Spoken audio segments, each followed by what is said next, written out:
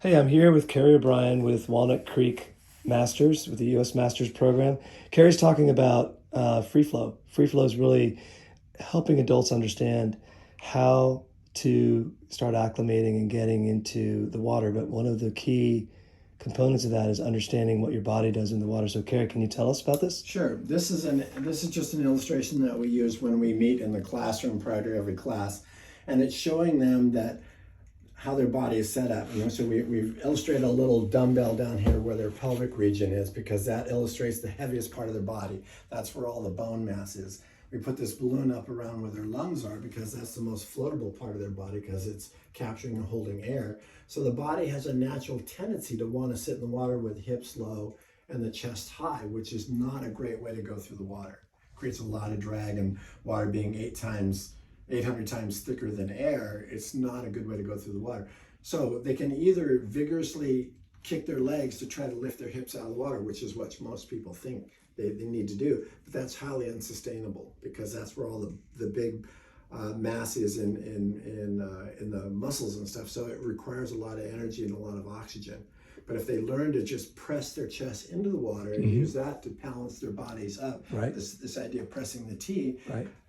it doesn't take a lot of energy. It just takes a lot of practice to learn how to do that. And once they do that, the workload is much less on their body. They've learned how to hold themselves in place in the water in a balanced body posture. And then it's much easier to teach everything before that or beyond that. Fantastic. And this is what you put up on the wall at the beginning, So before they get in the water. Before they get in the water, and this is up, and we go through the same explanation that we just did here. Fantastic. And they start getting an understanding of, okay, it's not about how much energy I expend to keep myself floating on water. It's learning how to use my body and the natural,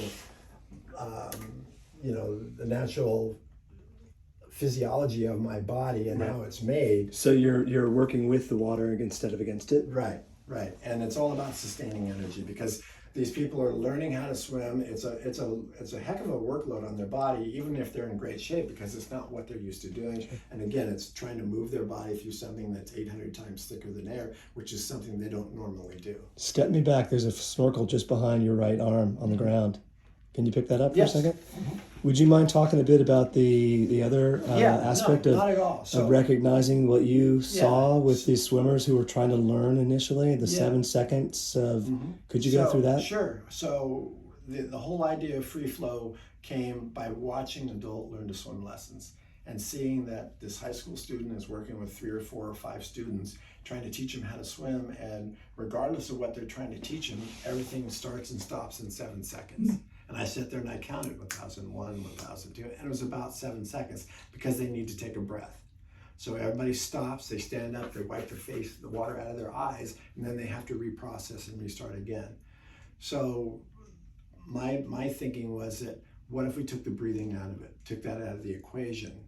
So breathing was not an issue, and we could teach them how to swim first, and then once we get them moving through the water, it would be much easier to add the breathing at the end. So we developed the free flow process, the teaching progression, with learning to breathe through the snorkel first. That's day one. Wonderful. How long ago was that? I would say about 11 years ago. Right, and that's about when the snorkel became popular as a swimming aid for training. Right. And I think Finis is probably one of the companies behind that, right? Right. This is a Finis stability snorkel, which is the best, I think. Yeah, it looks like they've advanced the snorkel. They have, yeah. And like everything else, you make things better, you improve things. Wonderful. And they've certainly done that with this. Thank you so much. This has been great. Kerry, thank you so much. My pleasure. Appreciate it.